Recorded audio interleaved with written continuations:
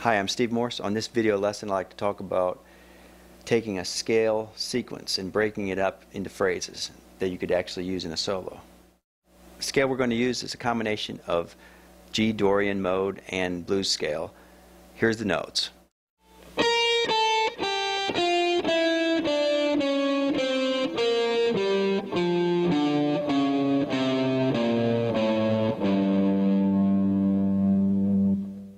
Now we're going to take the same notes and make a little exercise riff out of it just by making a sequence of 4 notes at a time. Go down 4, go up 3, down 4.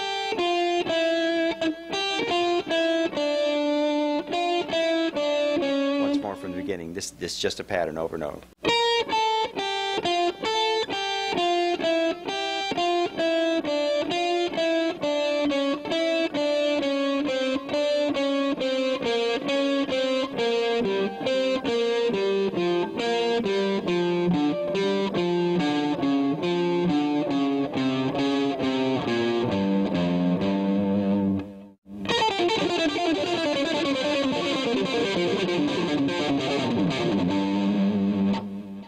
Now I'm going to play it against a drum track and try to use the sequence that we just made an exercise out of in little bites to make a solo type phrase, or several solo phrases. And the basic thing will be just chopping it up, not using it all at once.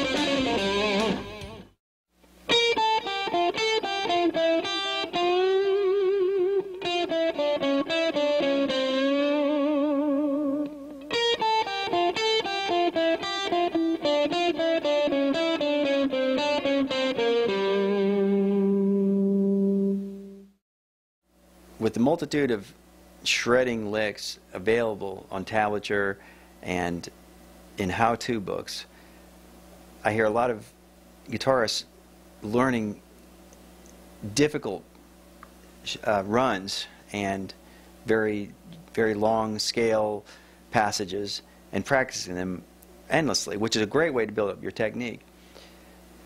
In putting together solo, I think the best approach is to take the shapes that you've learned and divide them into musical phrases that are 2 bars or less most of the time.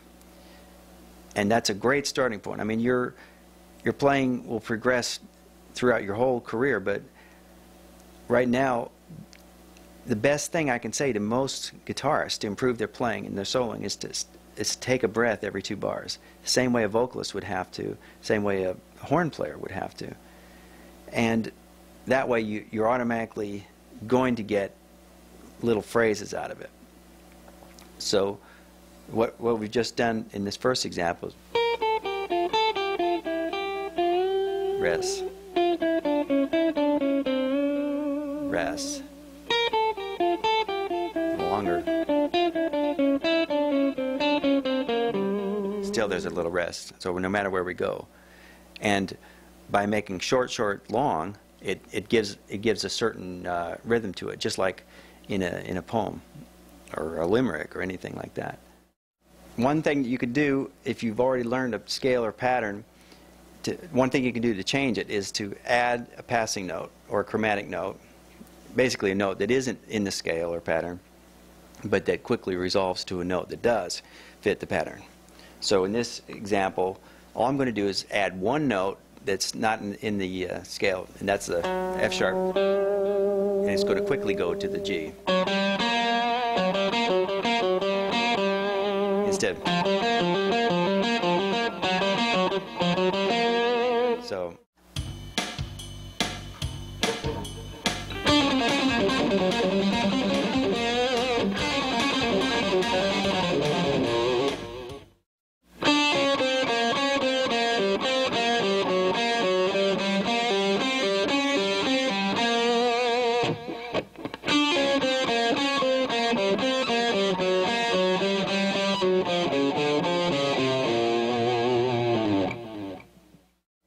as a guitar player, you practice technique, you practice scales, you practice theory, learning songs, and really from the beginning we should be practicing making phrases out of what we've learned.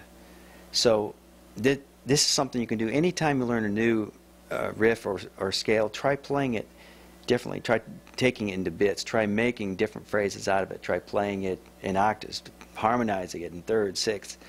Anything you can do to make music out of it.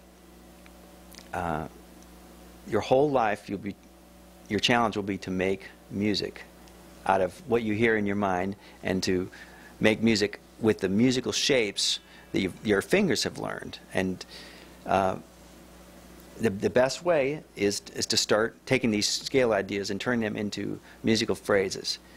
And musical phrases always have an end.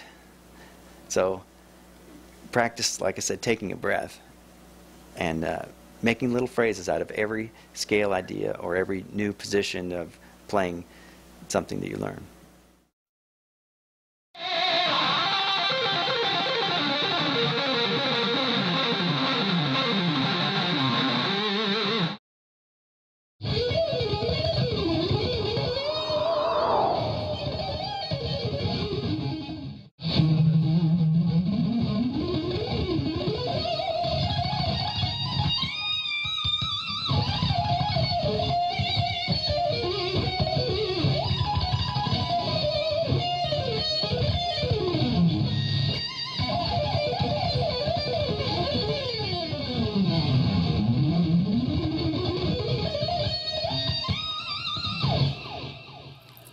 All right, I'm Yngwie Malmsteen. We're here today to talk a little bit about guitar playing, fast, slow, whatever, and enjoy.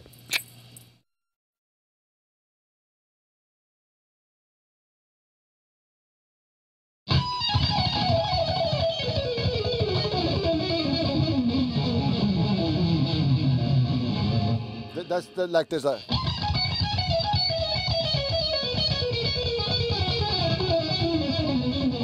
There's basically just a scale, but you go, right, you know, it goes all over. Mm-hmm. That's what I was going for from very early on. Right. And in other words, the whole reason I play the way I play is because I wanted to go away from this guitar player playing this, and everybody listen to him, and they do their way of doing that, and like on it goes, you know. And I wanted to challenge myself mainly, you know, with trying to play some crazy stuff that was done on violin, you know, which is a different instrument, you know. And they tune in fifths, so like really widespread scales are, that's what they did, you know, because it's like a shorter scale and it's done in fifths. So like you move your fingers less and all of a sudden a lot more happens, you know. So it's a bit of a challenge, you know what I'm saying? Yeah. But that's what I dug, you know, and I still do. And so the main reason, as much as I love the blues, the main reason I went away from it was because I felt that was boxed in, and I wanted to break out of that. So that was the natural progression for me to do then would be to play, you know, which is, I guess you would call a harmonic minor, like that. Or if you invert that from A minor to E minor, that would be Phrygian, which is just saying relative scales. And also with the major third, it's perfect because it links together with the diminished, which is that it links it together perfectly, you know, so you can mix and match them, throw together any way you like.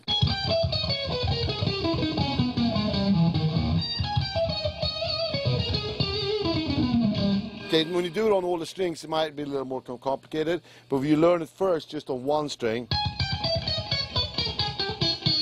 if you learn that form, like that form, how you start with on one string, you know, those, then all of a sudden, oh, that makes sense, and you can play the same note on different strings, and it just a little thought process, you know. The E Phrygian would be, and the exact same notes in A minor harmonic would be augmented seventh in that particular key, it's called augmented seventh. In E would be the major third. You want to link them together with the third in the Phrygian diminished.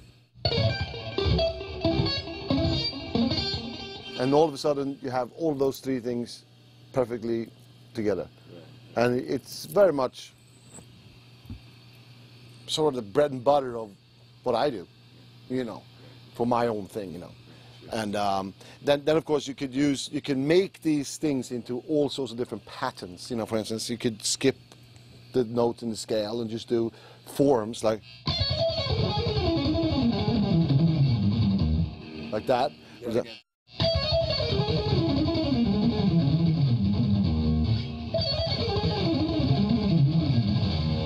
Start here. You could do like the diminished again and link it together.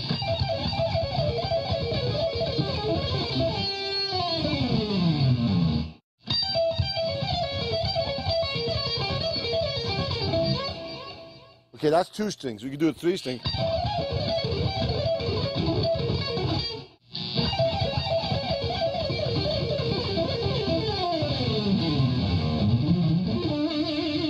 I never forget the first time I went in Japan, like 25 years ago. They started asking me, how do you do this? How do you do that? And I go, I don't know, man. You know, all I knew was when I started out, I'll tell you what happened. What I knew, and everybody thinks like I'm completely full of it when I say this, but this is the truth. They asked me for advice. I go, play with your ears. Play with your ears. When it sounds good, it's good. If it sounds good, it's good. And you have good ears, you'll know when it's good, yeah? And I knew that I didn't want to play and it's to make it like that. I wanted it to be note for note clean, you know? Right, right. And I wasn't thinking about what I was doing, but I knew what I wanted to hear. Right. And I was working on it very hard until I got what I wanted, you know?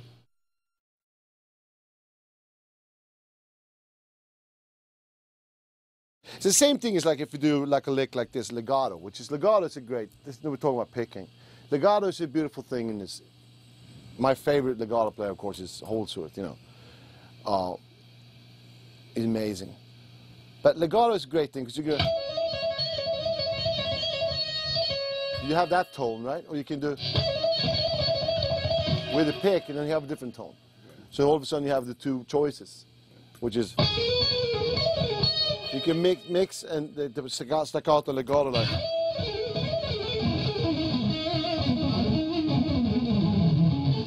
On the low ones, we always sound a little cooler, more staccato, you know? Like that, you know, and they go.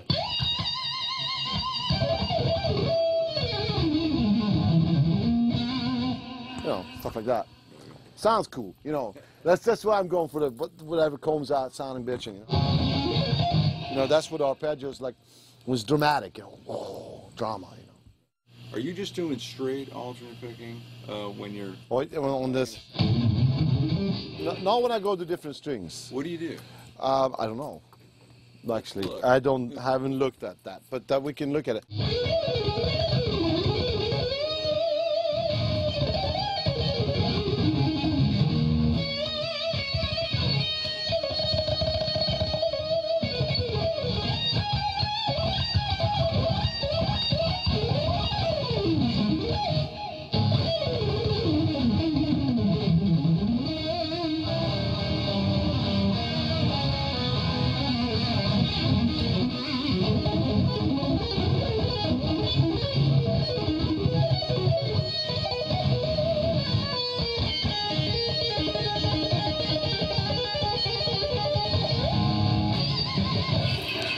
When I just play like that, I don't think about what I'm doing. I'm just playing whatever it takes, what note is. For the lower thing, I think it's like kind of like this. But when I go to the next string, it has to be like different.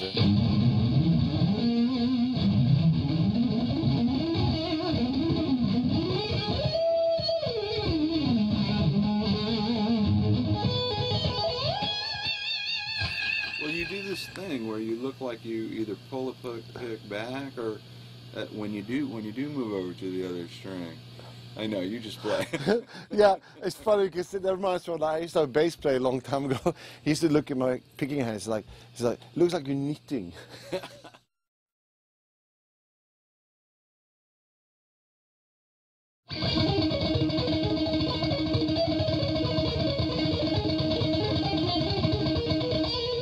It's a little bit of a violin technique. It's called pizzicato. You actually make the note with your left hand,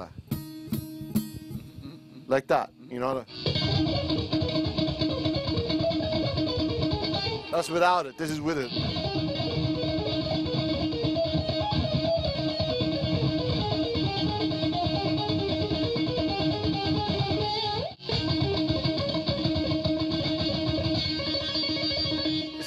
It's a mixture of actually doing this.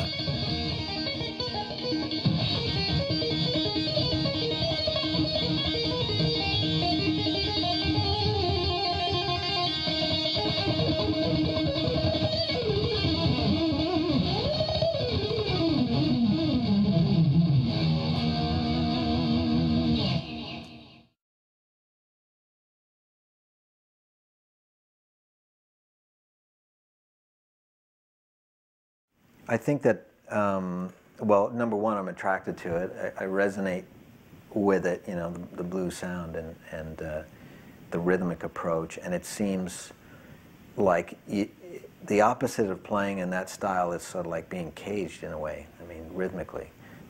To be stuck with just quarter notes and eighth notes and 16th notes, to me, just gives a feeling that's a bit alien to me, you know. So when I hear players of any genre kind of break free of that, I don't care if it's classical music or jazz or blues or rock, to me that sounds right. That's expressive. And I want to hear it over and over again. It almost like, it sounds as if it has some sort of life-giving property that every time you hear something new about it, you know.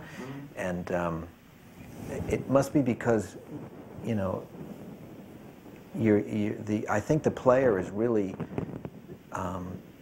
not giving up on any level of expression, because it takes quite a bit more, I think, creativity to make something like that work, because you're not relying on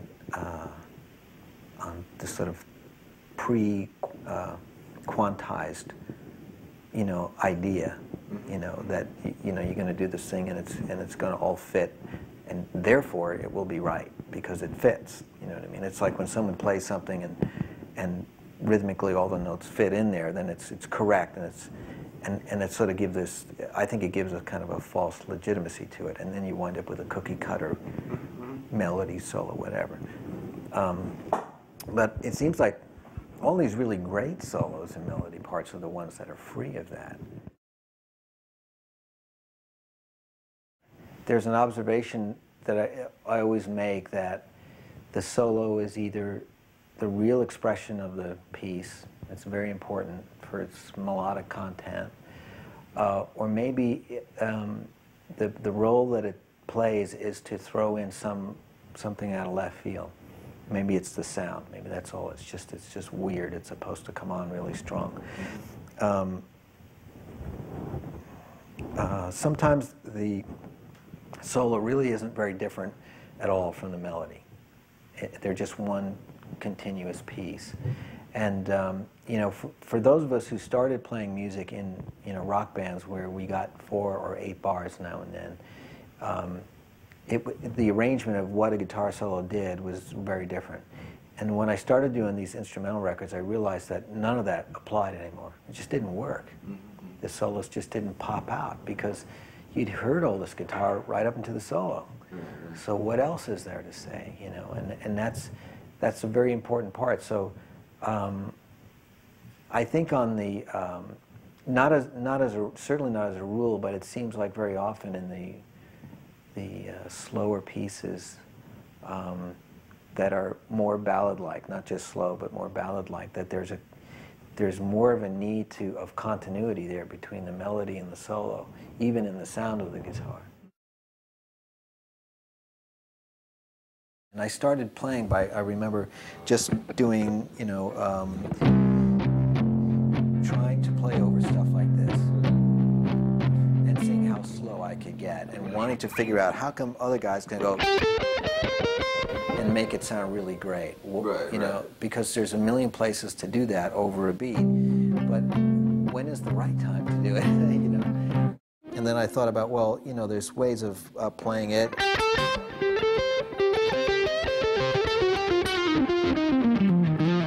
And then, you know, where you move your pick as you play it, and how, what notes you pinch, what notes you don't. So listening for all the variables.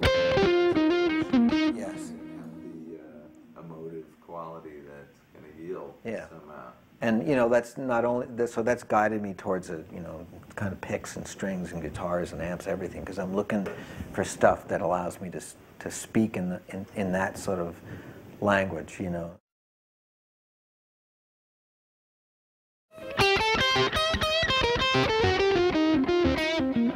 So each third is not a minor nor a major.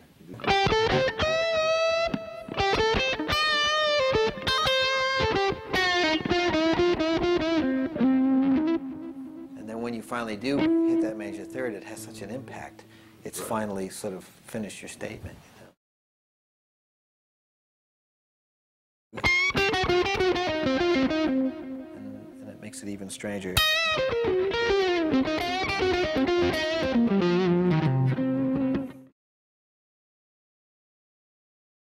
I think that if you go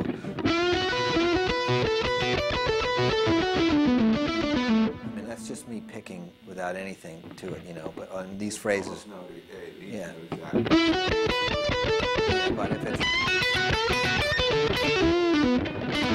and all that requires pinching the pick, you know, this note you hit hard, that note you barely touch, and that creates this dynamic sound as well as the volume dynamic. And I think that's what, at least that's what I'm always hearing when I hear those great old solos. It just feels like I'm not hearing so much discipline in, you know, that someone would have had from, you know, from doing this all the time and trying to be even up and down the fretboard. All I'm hearing is unusual, quirky habits that manifest themselves in.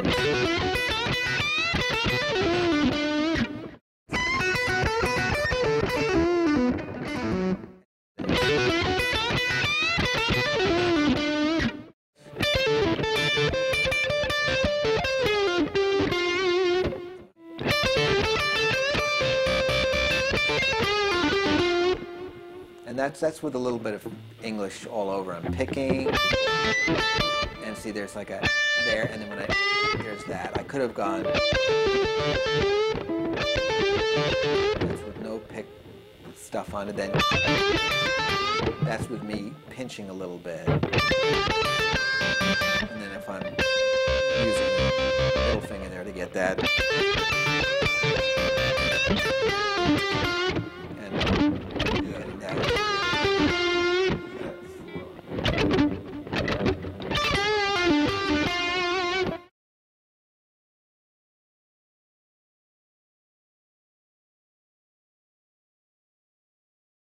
All right, so I'm going to talk about how we take small melodic ideas or sequences and how we try to expand them by moving across octaves. And we're going to focus on not taking it this way, but sort of getting out of that up and down and getting more of a diagonal motion, whether going diagonally this way or diagonal this way, or even just moving up the fretboard this way. And I think the thing that's great about doing that is that you cover a lot of range, and it makes you explore the different you know, octaves and areas on the guitar instead of just staying in one little spot. And I think that's something that's good for people to sort of break out of. So the first thing I'm going to talk about is a very simple series of notes. It's sort of a melodic series of notes, and it's part of a scale, but because it's not all the notes of the scale, the melody emphasizes some cool notes. If it's an E minor, which is always fun, I'm just going to play B, E, F sharp, and G. So basically I'm just outlining a minor chord with an added ninth. So, you know, that sounds really good against E, and also sounds really good against C as more of a Lydian sound. All right, so very simple to get used to, just 1, 2, 3, 4. And then the next thing to do, and this is probably the easiest way to make something move diagonally, is just play it in the next octave on the next 2 strings. And the guitar is laid out perfectly for this, 'cause you don't have to change fingerings at all. It's the same exact shape. You just have to move up to the next octave. So it would be right here.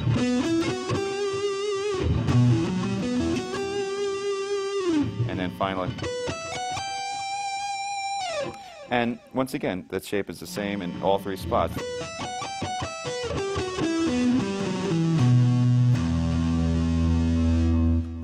Now, as far as playing it, there's a couple of different things you can do. You can use it as sort of a melodic idea or basic areas for melodic ideas. So you might be starting down.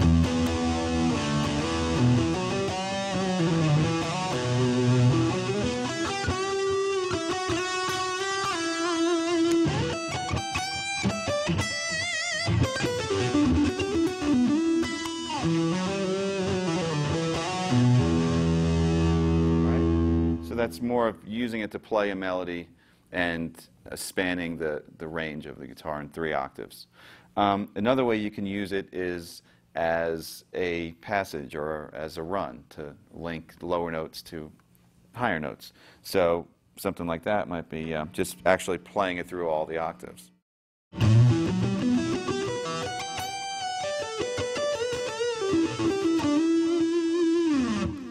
And up on top there, as I bent the F sharp, I was making a reference to the D major chord. And all that stuff, you know, it sounds good to play different chords or to imply different chords over constant roots. Now taking the same idea, the 3 octaves moving diagonal in E minor, and by adding one more note to it, adding a C to it, it makes the pattern more conducive for playing faster type of licks as opposed to more melodic passages. So we're going to add a C. And what I would do instead of picking all those notes is I'd come up with a pattern that was involved a little bit of a hammer-on and slide. So more like. So I'm playing the first note, hammering on the second note, playing the 3rd note and the 4th, and then sliding.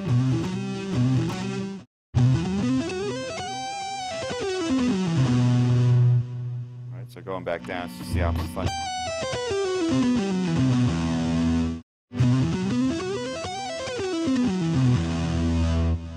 All right, so that's ascending and descending. As far as the descending, I'm just picking, sliding down.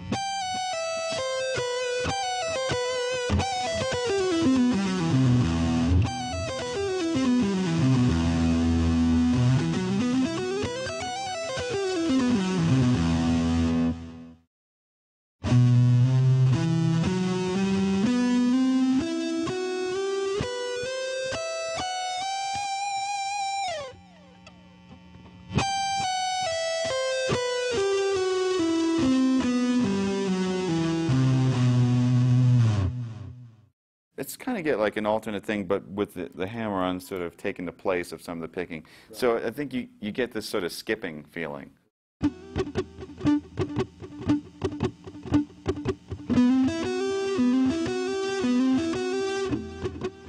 Yeah, kind of feels like you're skipping. Same thing. So it's like.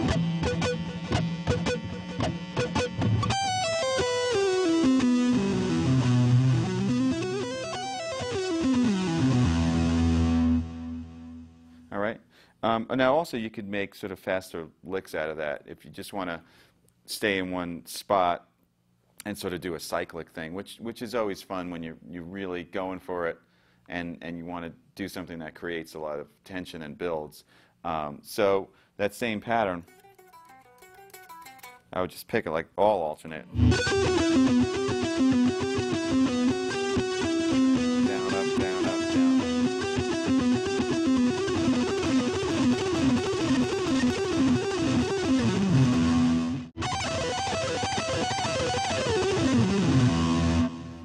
So kind of, you know, cool little lick. It's fun. Well, when you do it that way, it has a triplet feel to it, a 16th note triplet.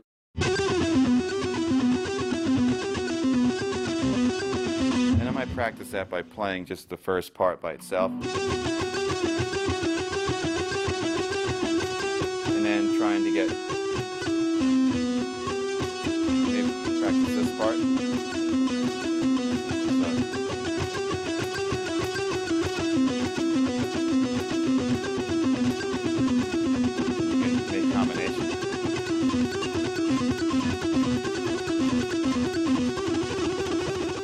That was an example where we just moved using octaves, so playing the same pattern in 3 different octaves. So another idea I like to do is have a little bit more movement to span, you know, a larger range. And what I would do, it's a little more difficult because now you're not just going to be playing the same shape, all right? And let's add in all the notes. So the other missing note would basically just be a D. So to keep this simple, we'll just keep it in groups of 3 notes per string, right? So basically, you just have to play the one position, and I guess the easiest way to look at it is wherever your pinky ends up, you're going to play the note that's right before it with your first finger, and that's how you're going to move positions.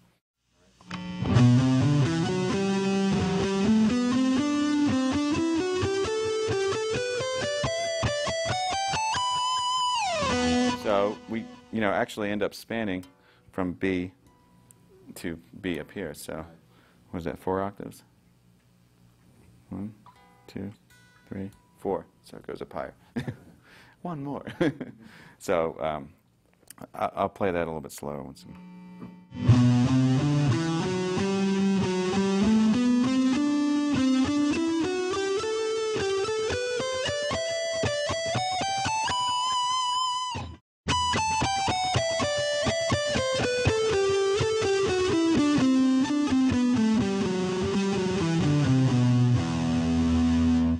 The best thing that this is useful for, I think, is to do passages or runs that start from a low note and end up on a high.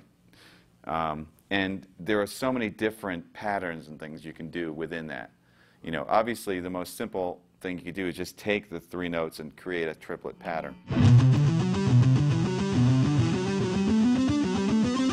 Now, you could either repeat the pattern in each position, which is fun, or you can just go straight up, you know. So you might go,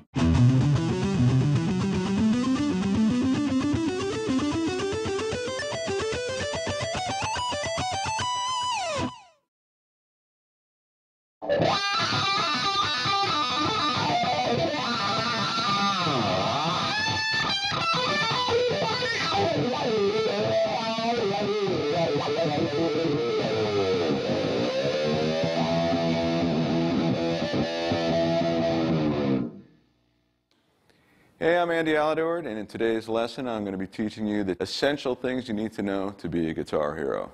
Here we go. All right, an essential technique you need to know to be a guitar hero is to play some bitchin'ly fast E minor pentatonic riffs or E blues scale riffs using open strings, like Jimi Hendrix, Stevie Ray Vaughan, Jimmy Page, Jeff Beck, Johnny Winter, all of your classic rock guitar heroes. Here you go. 1, 2, 3, 4.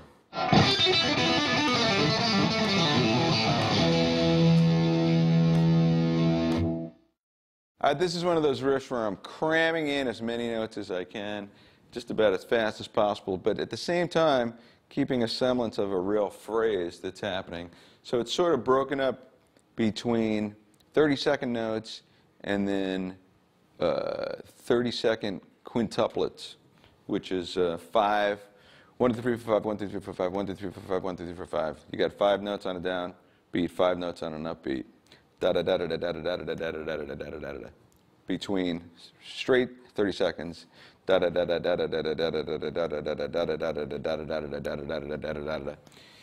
But like I say, you're cramming, so it's a combination of something that actually is phrased rhythmically, specifically, and something that isn't. It's just supposed to sound like a wash of notes. It's based primarily on the E blues scale, which descending would be G, E, D, B, B flat, A, G, E, D, B, B flat, A, G, E. And I start by going 3rd fret of the high E string, and a quick hammer pull off the 2nd fret. Land on the 3rd fret of the B. That's open high E to open B, hammer to the 3rd fret, and open high E again. So that's beat 1. Then the first half of beat 2 is pull off 3rd fret, open, 3rd fret, pull back, open, 2nd fret. B string, G string, D string. Then I'm going to go. I'm going to go 2nd fret, 3rd fret, hammer, pull off back to 2nd, pull off to open, land back on 2nd fret of the D. So you put those 2 beats together.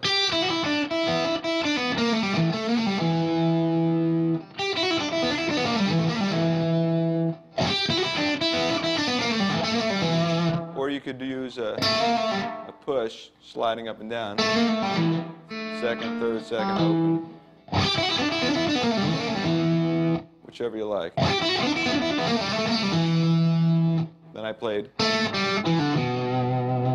That's the first half of B3. 2nd, open, 2nd, pull off, 2nd. Open, hammer to 2nd, 2nd, 2nd. So B3 is.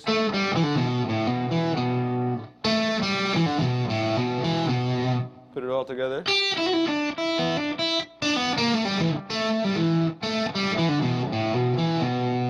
And then the last beat.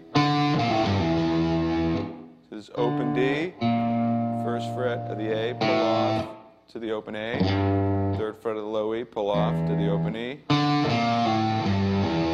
And then you allow the open 6th string to ring when you play another E, 2nd fret of the D, and then another E, the open high E. And what I do is I pick the open low E with the down pick, and I pick the E note at the 2nd fret of the D with the down pick, letting them ring. But then I get that last open high E by picking with the ring finger of my picking.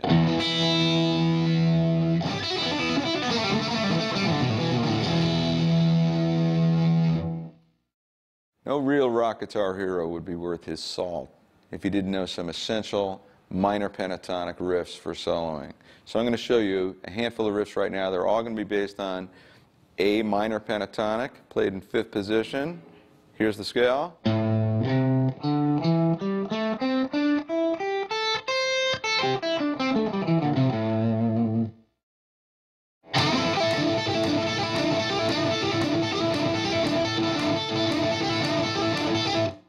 All right, this first riff, I'm starting by bending 7th fret of the G string up a whole step, and I use my middle finger, and then I'm barring across the top 2 strings at the 5th fret.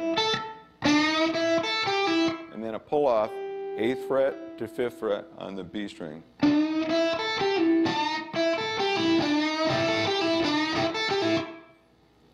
And it's like 2 triplets.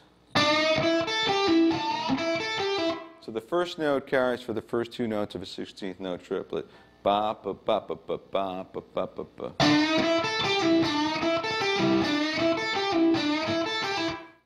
The way I'm picking this with the right hand is the first 2 picks are a downstroke. Then this is an upstroke, down, and a pull off.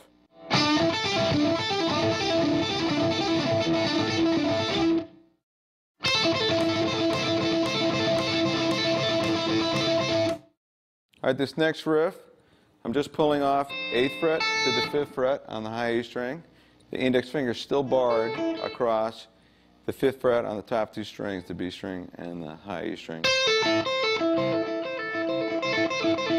And these are, again, 16th note triplets. 1, 2, 3, 1, 2, 3, 1, 2, 3, 1, 2, 3, with each triplet on a part of the beat. Downbeat, upbeat, downbeat, upbeat.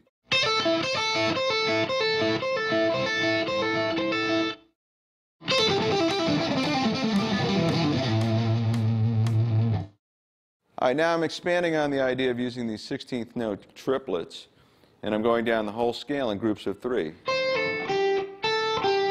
So you start 8th fret, pull off to 5th, followed by 8th on the B, then you're going to go 1 note lower each time. Now we're going to go 5th fret on the high E, 8th fret, pull off to 5th, so 1 note lower by starting on 8th fret of the B, pull off, land on 7th fret of the G. And then 5th fret, 7th, 5th.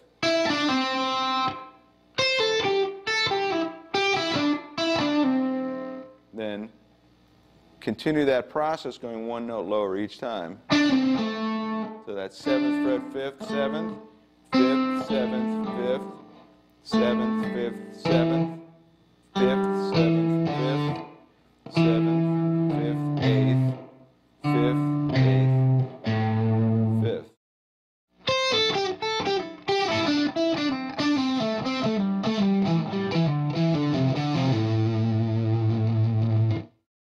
All right, our next technique is something called whammy trills. What's a whammy trill? Well, this is a whammy bar, we know that. And whammy bar generally is used to either shake a note so it goes back and forth, which is a tremolo kind of effect, which is the reason why these are also known as tremolo arms, or for dive bombs. So here's the first whammy trill. I'm going to do a trill, which is where you move quickly between 2 notes. I'm trilling between the open G and the 2nd fret of the G string, and then I'm going to go down on the arm and come back up.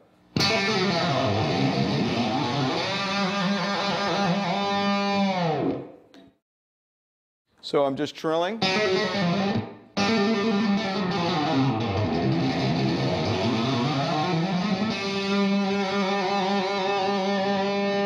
And then I come back up slowly. It sounds good when you do it fast.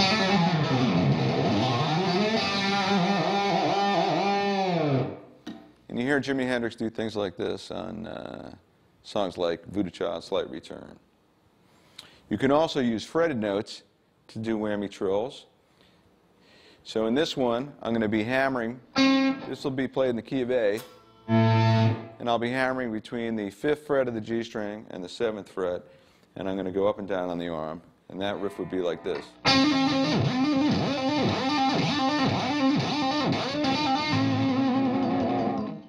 So what I did is, I did dips on each trill. And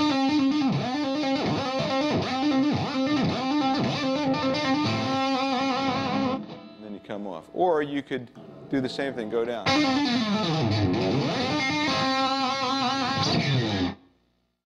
Another essential technique to be a true guitar hero is to do some fretboard tapping, as made popular by the great Eddie Van Halen. So here's a tapping riff. It's in the key of A. Here we go.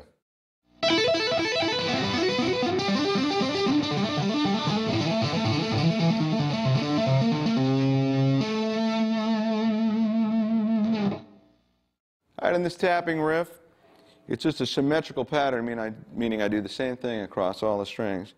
I start with a tap on the 12th fret of the high E string, and that's the pickup. So the subsequent open E string is the downbeat. So open, 5th, 7th, back to 12.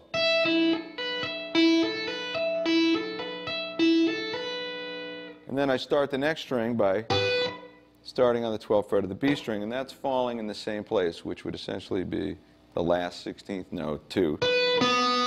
So the open B is the downbeat of the 2nd bar.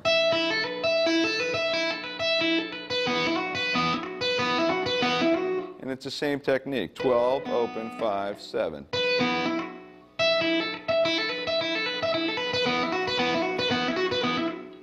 Then I'm going to continue to the G, to the D, to the A.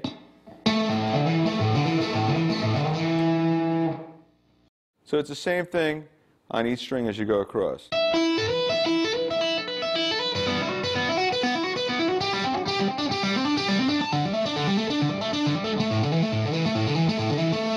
And then when I get here,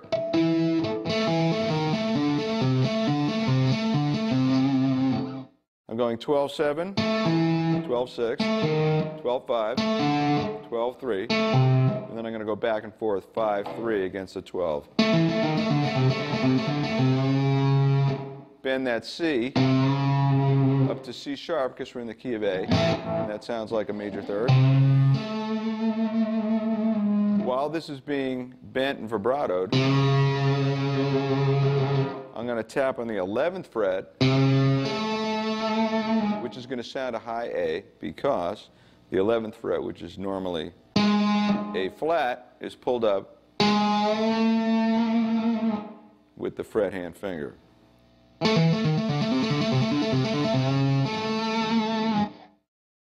Once you get all of these riffs together, you will be well on your way to being a guitar hero.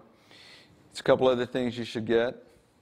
A blonde wig, long hair, build up those pecs, start walking around without a shirt on. You'll be a guitar hero in no time. I'll see you next time.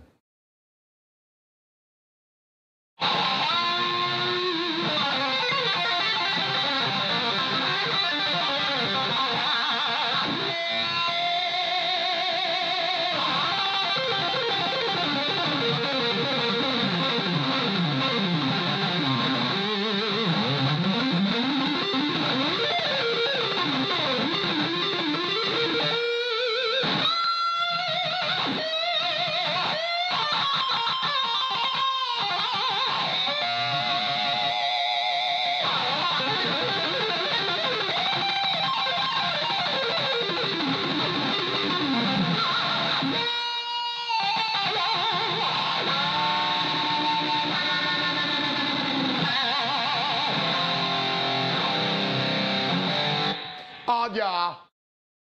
How's that sound? So here we go. Here's the first pattern.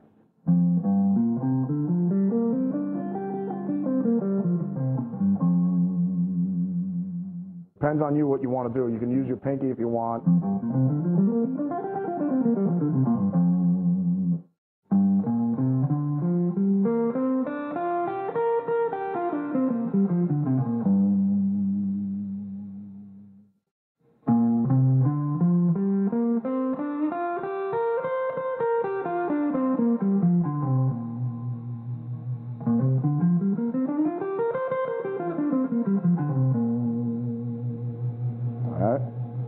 Third pattern, here's your fourth one.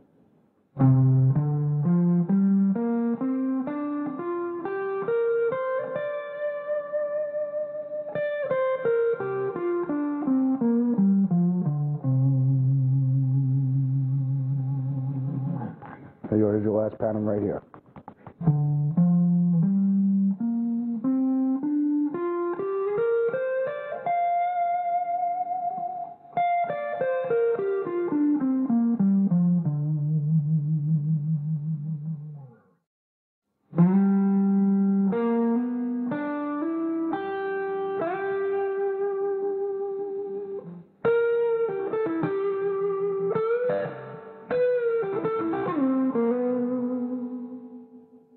So you're going to end up sounding, it'll be...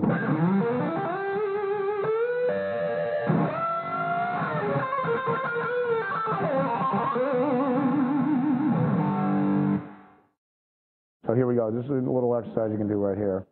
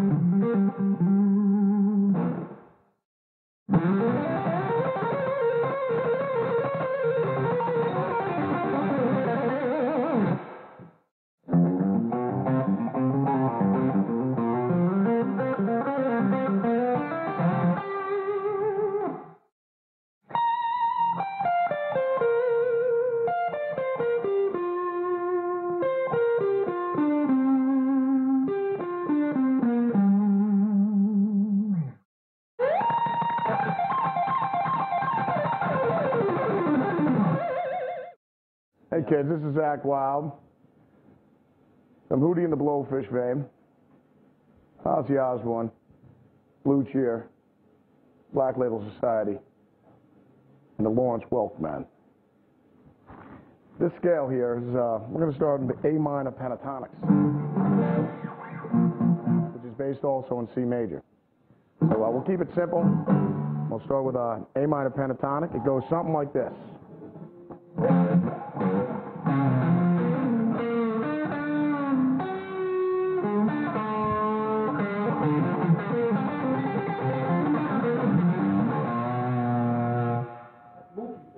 That's, yes, my name is Mookie Fish, and that is lesson number 1.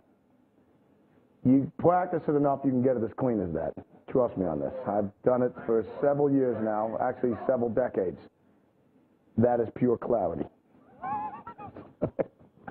Zach's been watching too much YouTube. That is it right there. Listen to the tonality. As you can hear the tonality. The great thing about blues is it teaches you how to sing when you're playing the guitar. You know, as opposed to just running scales. Great thing about blues, it'll teach you how to sing, and so the notes, it doesn't sound so much like you're running scales and patterns. You're actually playing music and you're speaking. Something like this.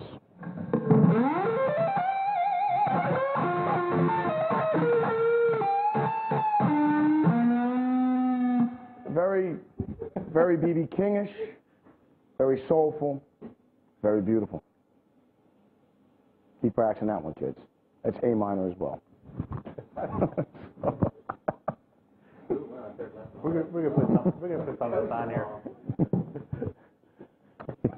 It just starts off okay, and it just goes terribly downhill from there. Well, we just got my little Marshall over here. I got my, it's a Marshall valve state, and we also got the MG's Marshall satchel. But I brought this up here, so I said, hell with it, I'll just plug into it anyways. So this is what I use. I'll use either or on the practice, on the bus. I'll practice, but I got to be honest with you, you could record a record with these amps right here. So as long as it says Marshall on it, we're good to go. But this is the advanced valve state technology over here. This is AVT-20. These are great amps right here. These are awesome amps as well. So, anything that says Marshall on them, you can't go wrong. There's a reason why Jimi Hendrix used them, Randy, and, and Eddie Van Halen, all the guys. So, but, just the little Marshall over here, and then I got, obviously, all my Dunlop pedals. I got, the Wild Wah that Jimmy and Scotty and the guys made for me. I use the Rotovibe over here to get you that, the Hendrixy.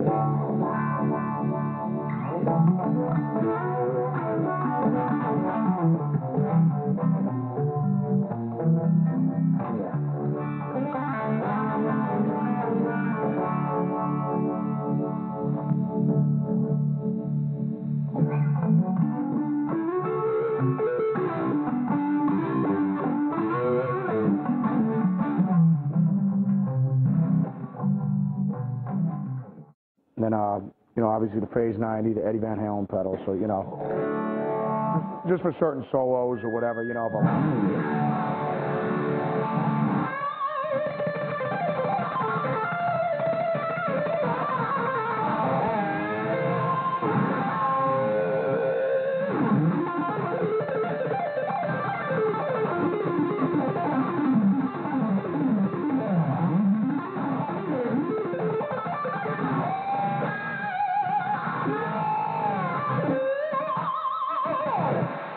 So that, the phase is great. It's a bit different than the flange, and it's different than the Rotovibe. And the Wild Overdrive that the guys gave me. So Jimmy and Scott made for me over at Dunlop. Did you break the knobs off of that? Yeah, so this way... Break it? Oh, you can't. No, it's because they move. So that's the reason why the guys make them so the knobs aren't on there. So, because everything is full blast, you know what I mean? This is a great pedal. All it does is take the sound of your amp and just gives you a bit more sustain. So, and it doesn't change the sound of your amplifier, which is a beautiful thing. So, and then I got a Boss Chorus pedal over here right now, and then the Chorus Ensemble. That's what I'm using right now.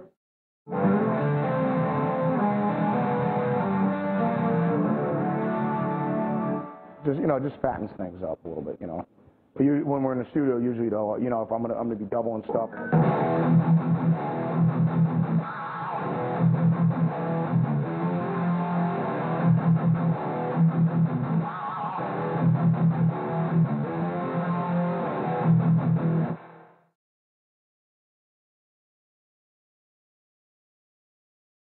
Hi folks, this is Steve Vai here, and I'm here at the Mothership Studios in Hollywood.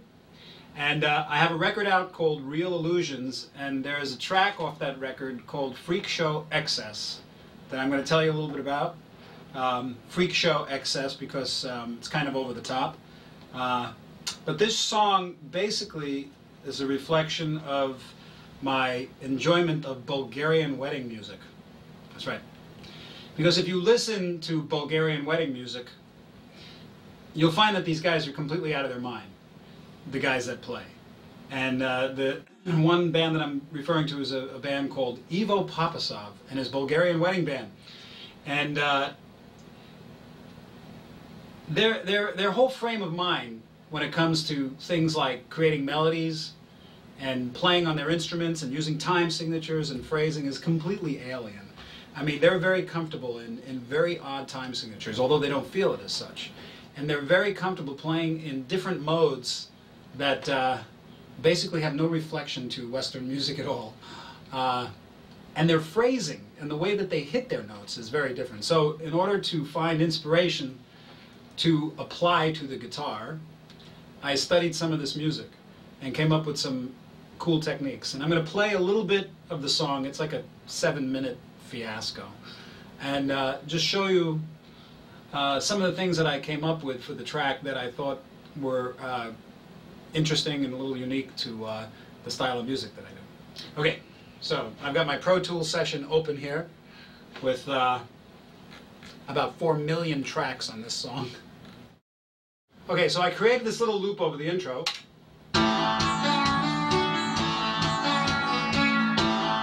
And that goes on forever. And what I'll do is kind of sit for a while and just fool around with that intro.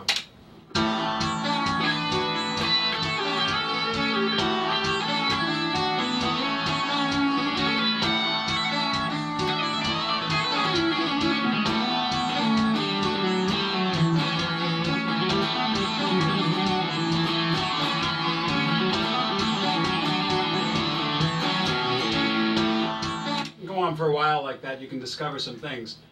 Okay, this next section here, I have this clean guitar coming in, and this is very characteristic of Bulgarian music. It's in 17/16, and the way that I broke this up is, and this is a good way to practice odd meters. When you're playing an odd meter, you don't necessarily, or at least the way I approach it is, you don't necessarily want it to sound so much like an odd meter, but I like it when it flows. So the way to do that is to make the rhythm feel second nature to you and completely natural. Soloing over an odd time signature takes a whole different feel also. I mean, you can solo in 4/4, but or what's natural, but what I would normally do is set up a vamp over something like this and just work on it, practice just solo, and try to come up with things that sound natural without necessarily thinking that I'm in 7, and come up with things where the phraseology of them sounds very natural and not regimented into a particular time signature. So here's some ideas.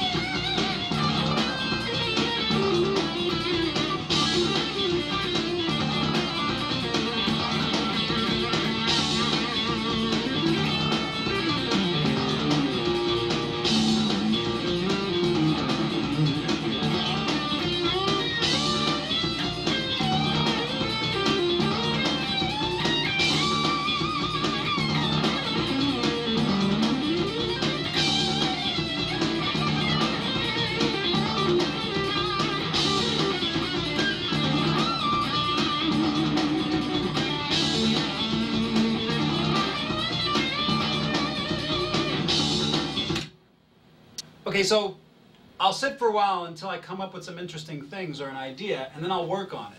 And the solo in this song, if you listen to it, it doesn't sound anything like what I was just doing, because I really made a conscious effort to try to incorporate that Bulgarian melodic idea into the way I phrase the guitar solo.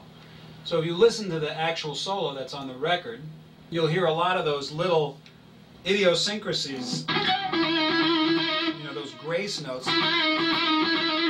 which is very customary in the Bulgarian melody music, where they'll go like,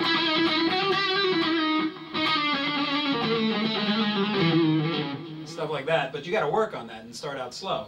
And then they'll do a lot of things with, you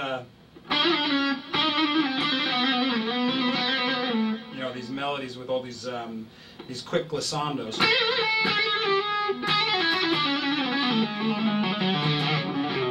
When you start combining these things, you get, you know, some cool kind of things, you know. So this song, if you listen to the other out of control, weird sections, you'll hear the same kind of thing going on. And the point I'm making here is, it's okay to immediately go to the thing you're always comfortable with. But if you look outside of the box and try to find some things that inspire you to do maybe a little different things on the instrument, or not so normal, or whatever, you can incorporate them into your playing, and eventually it'll feel very normal, but it'll be unique to what you do. So you got to kind of listen for those things and have the time and the patience to work them out. Your lesson for the day. Good luck.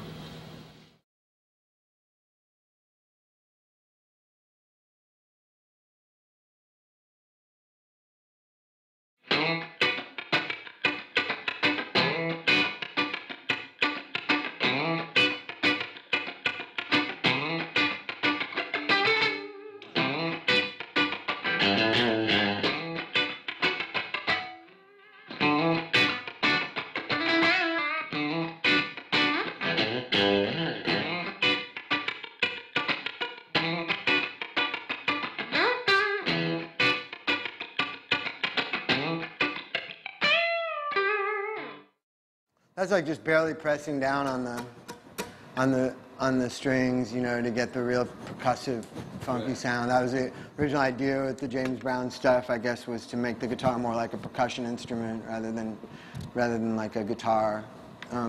So it's basically just not holding, just barely pressing down, kind of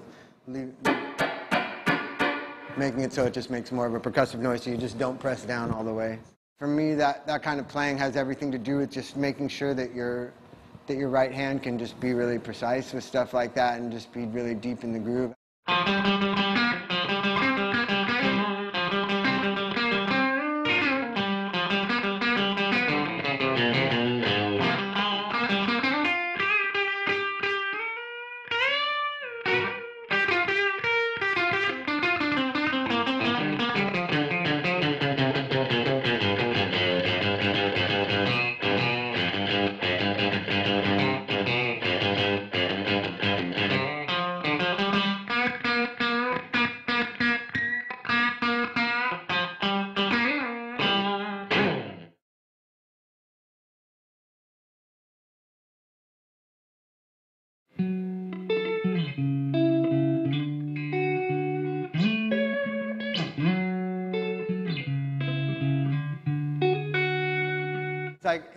It's kind of like the idea of when you subtract all that space that can go in between two things, like if you were to just play it like this, as opposed,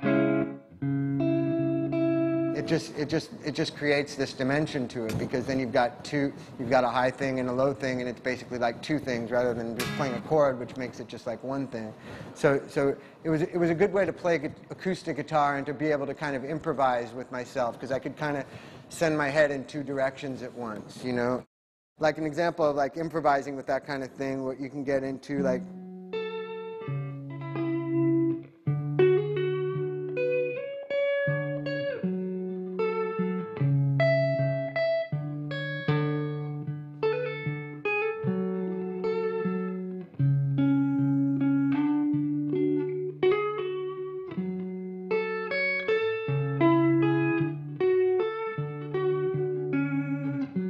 know, so you can just sit there and have fun with yourself, kind of be the bass player and the guitar player at once, you know.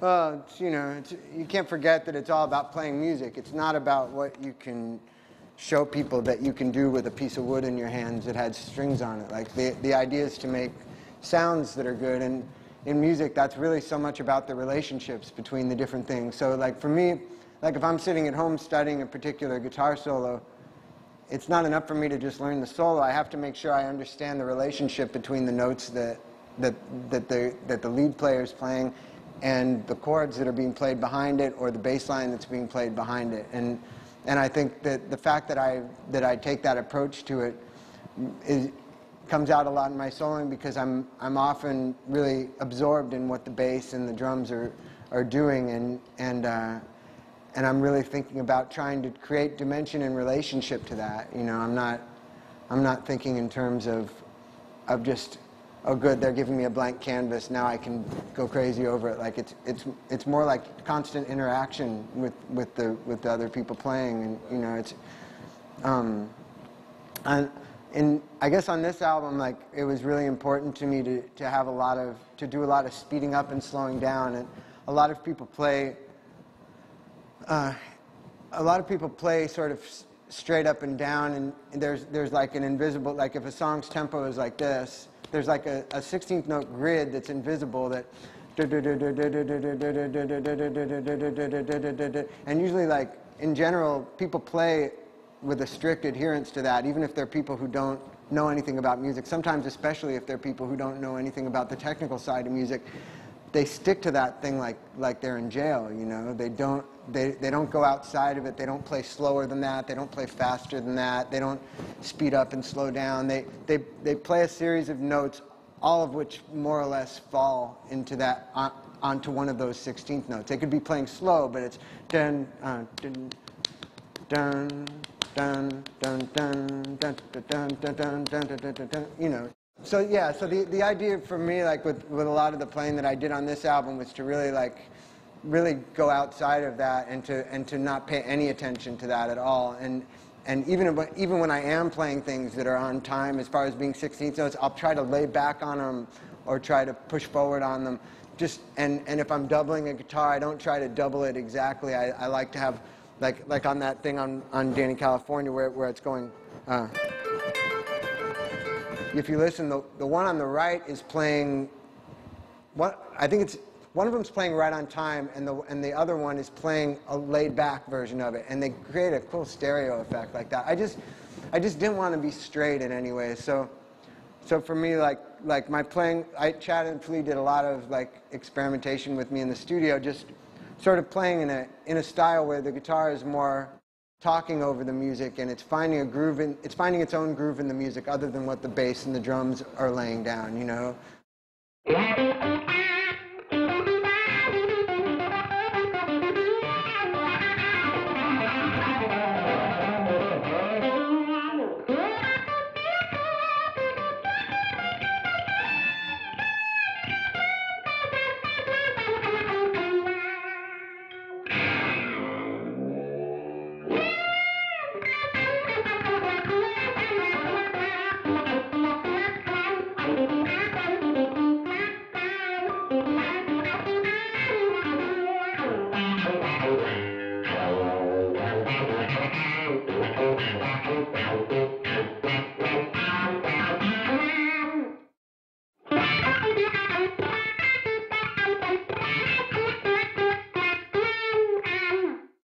Like making sure you're just stretching time out and making time go faster, making time go slower, just playing games with it all the time, and just trying to, like, twist everything around, and, you know, just try to bend the fabric of reality, because it's a lot, you know, it's a lot easier to do with a guitar for me than it is with talking to somebody, or, you know.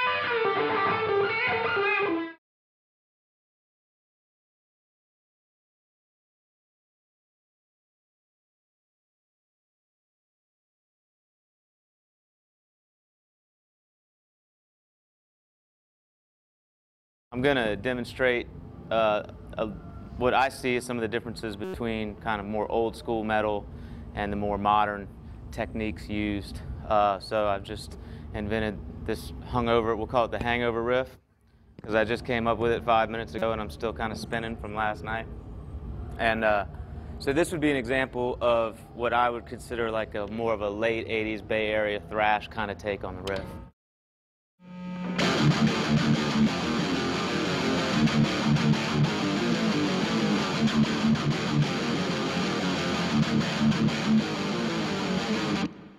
And then a more contemporary style of doing the same riff would go something like this.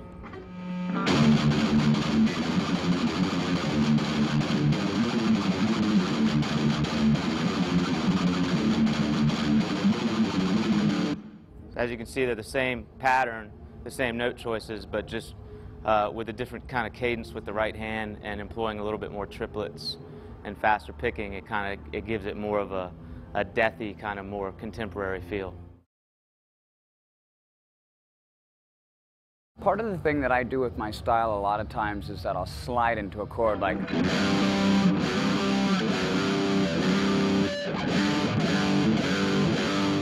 So that makes the guitar chords really growl, like in, for example, Ashes in Your Mouth. Like, and Wake Up Dead, that's the way that goes. And it's too much guesswork. You know, if you know you're fretting down 3 and you're going to hammer on a fret forward, and these fingers aren't doing anything.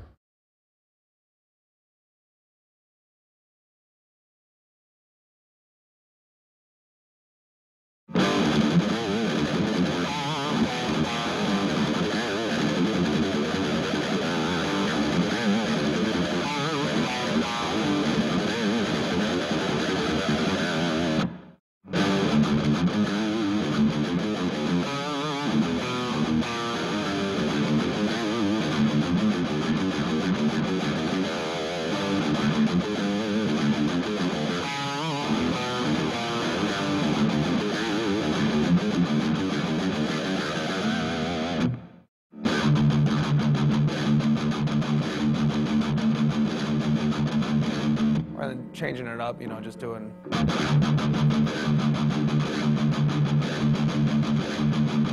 Just over and over and just build up, build up, build up as quick as you can.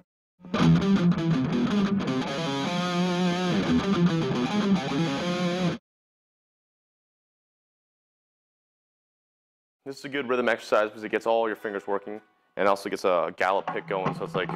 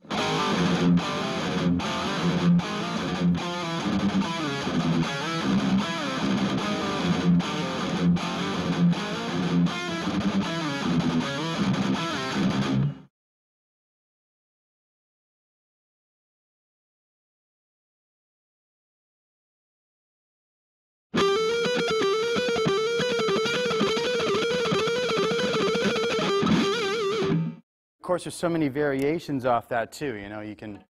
You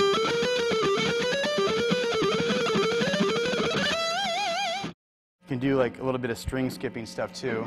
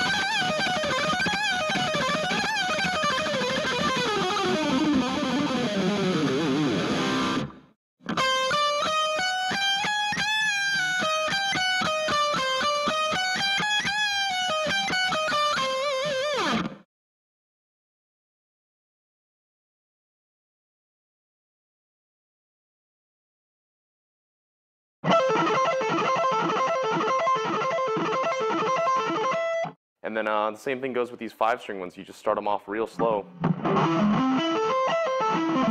and bring them up.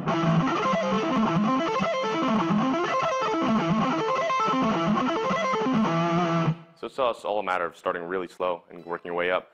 But I'm not too good. I'm obviously, because I haven't practiced enough. So practice more than me.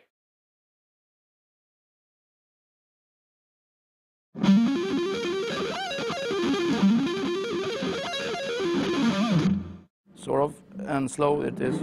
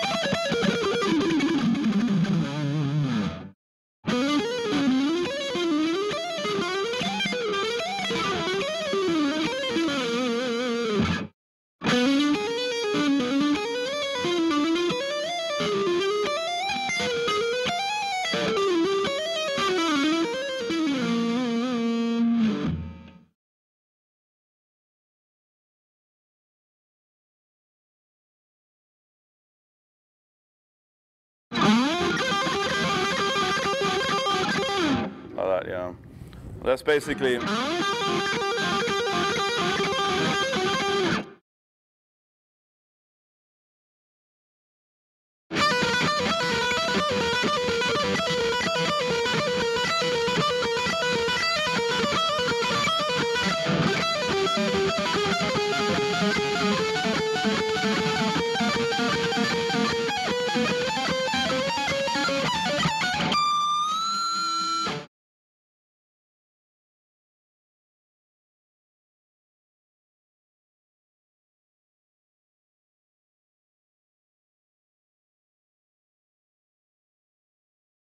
You know, primarily, I try to find something to do. Like, lately it's been this chromatic scale in a couple different positions.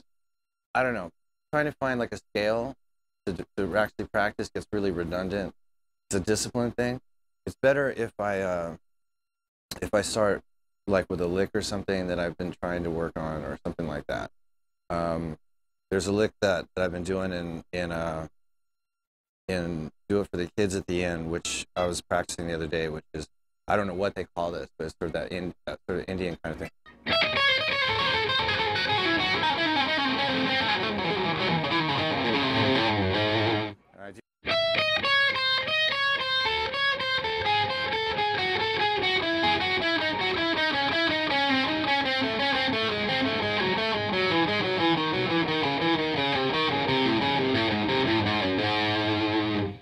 It's just an exercise, really, and it was something I made up just to, again, keep myself busy.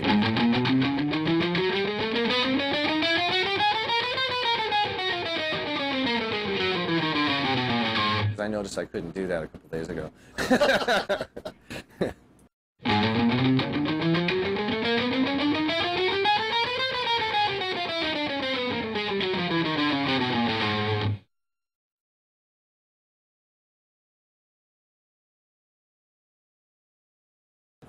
I just play. Just, you know, if I just sit down with a guitar and just do whatever for, you know, a half an hour or an hour, whatever, that's pretty much, that should do it for me. Right. I try and just sit and see, maybe there might be a riff I'm working on, so then that gives me something to do. Like that one lick that I was talking about was something I started to do one night and I didn't finish it because I wasn't really sure what it was. So I thought, well, let's expand on that and see what that is. And so that just, give yourself something set to work on. If you're just playing a scale, it becomes pretty mind-numbing, and you're not really doing anything. You're just sort of, like, you go, oh, I can play it at high speed, I can do it at slow speed, I can work up from slow speed to fast. It just, somehow you get distracted doing that, because it's not really engaging you. You know, every kid has a book of scales somewhere around. And you sit there and you play those, and if you don't apply them to some sort of music, there's no use for them. And once you start to play something like in the music, you start to take off and you forget about the scale. And then also it helps to spend 2 minutes standing up before you go out there. Because sitting down and standing up are two different things. You know, that's...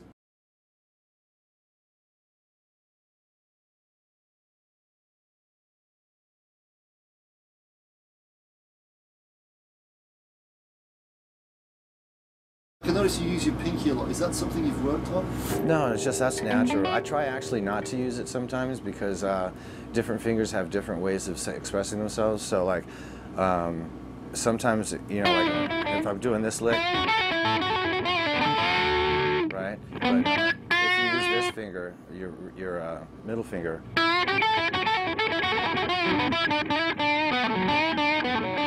it's just got a different kind of a feel to it. So like if you go,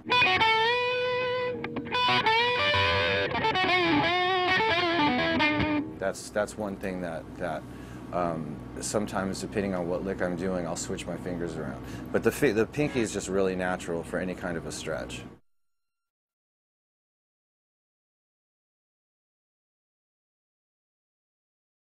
It's finger strength and also intonation. There's a certain kind of different way that you approach saying bending a note. Like sometimes I overbend, and it's easy to overbend with this finger, but you can overbend too much, whereas it's more controlled if you use your middle finger. And of course there's always using your first finger to bend backwards, you know, licks out. And you could go. But something nice about the kind of pull when you don't have as much strength, that you really have to pull that string, and somehow you can hear that in the sound that it makes.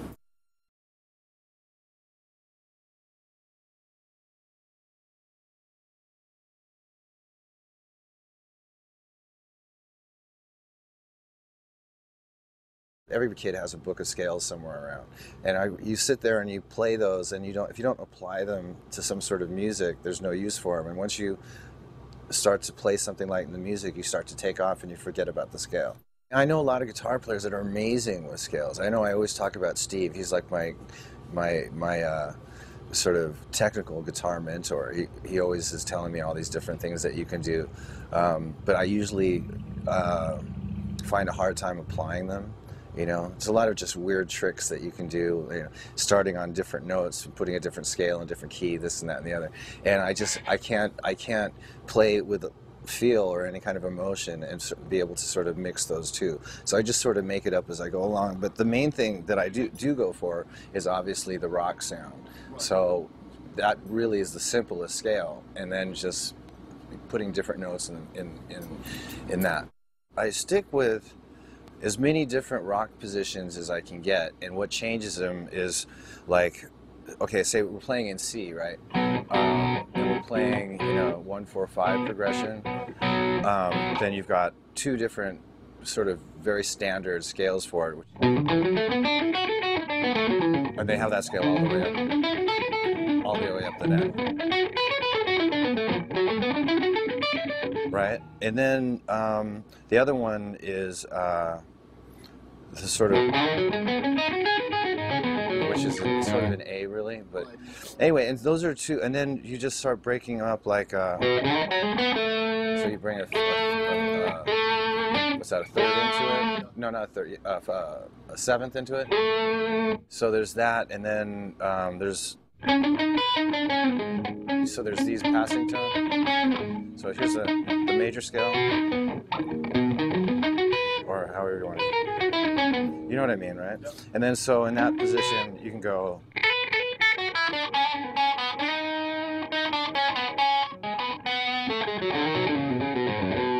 Or stuff like that. And then when it gets into minor stuff, say it's in the same key, then you bring in all the flat third. And depending on the song, if it's got an F major in it, or sometimes it just sounds cool, where you bring in the sixth, right? Which in a minor note sounds pretty weird.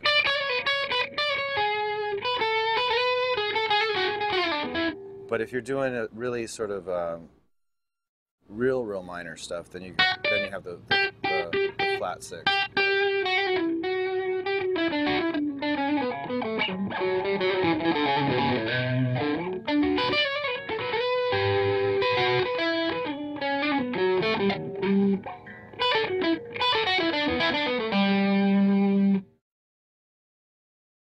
Hey, it is Billy Billy F. Gibbons right here, right now, and we're featuring the Gretsch Billy Bow. We're going to play a little blues licks for you, best we can. And we're celebrating a big anniversary here, so pay attention. One good starting point might be going back to the roots with Jimmy Reed. It doesn't get much simpler than this one.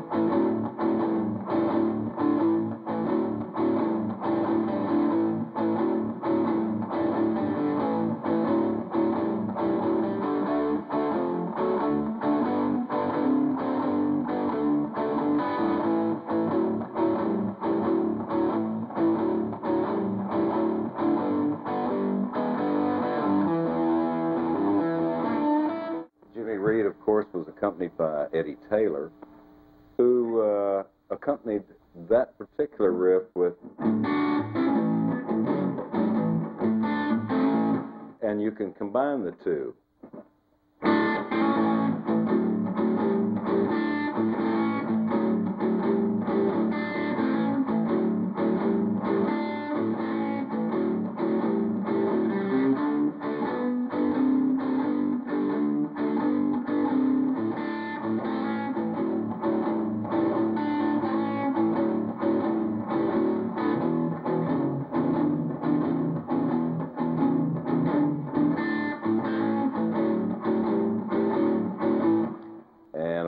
The famous answer goes all the way back to Robert Johnson, from the 5,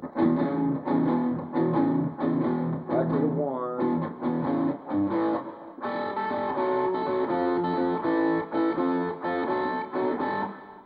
and then Elmore James comes in.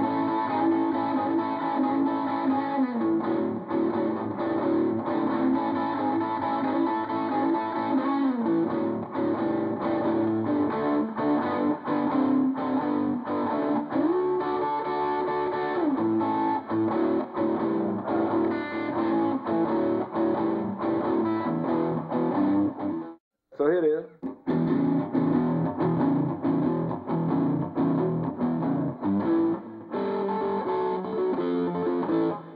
Second most important thing is to learn your 1 and 5s, and in the key of A.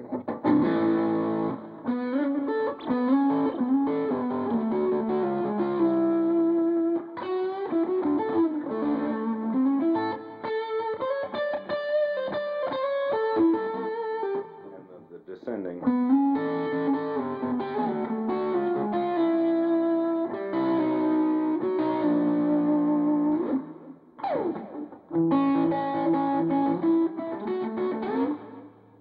And following that, you got to give your trill.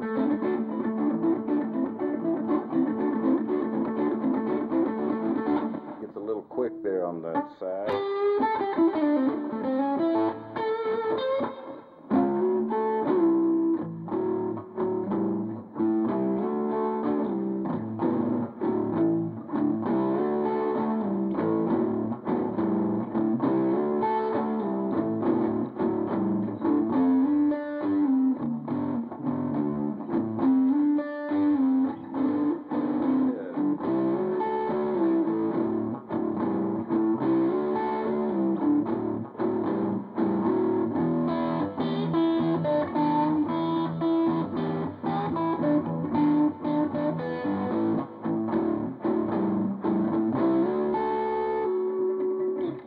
About making mistakes now. One of the favorite cornerstone licks, B.B. King, the slide up from the 1 to the 1.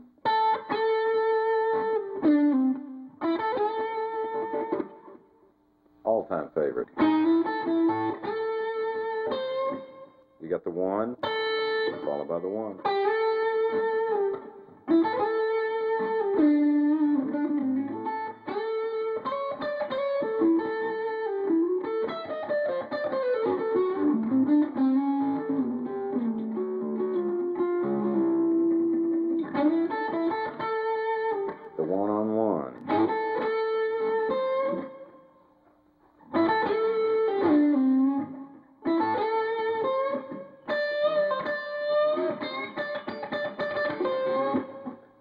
we're starting to get into the real finite side of things, or the harmonics there.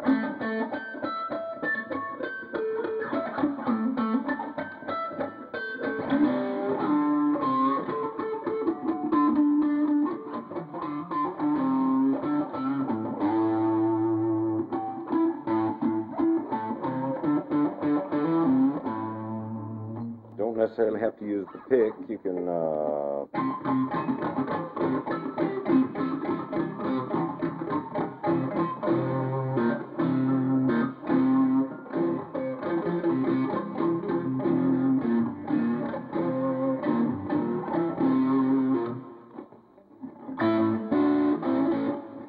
So in conclusion, don't be afraid to use your fingers.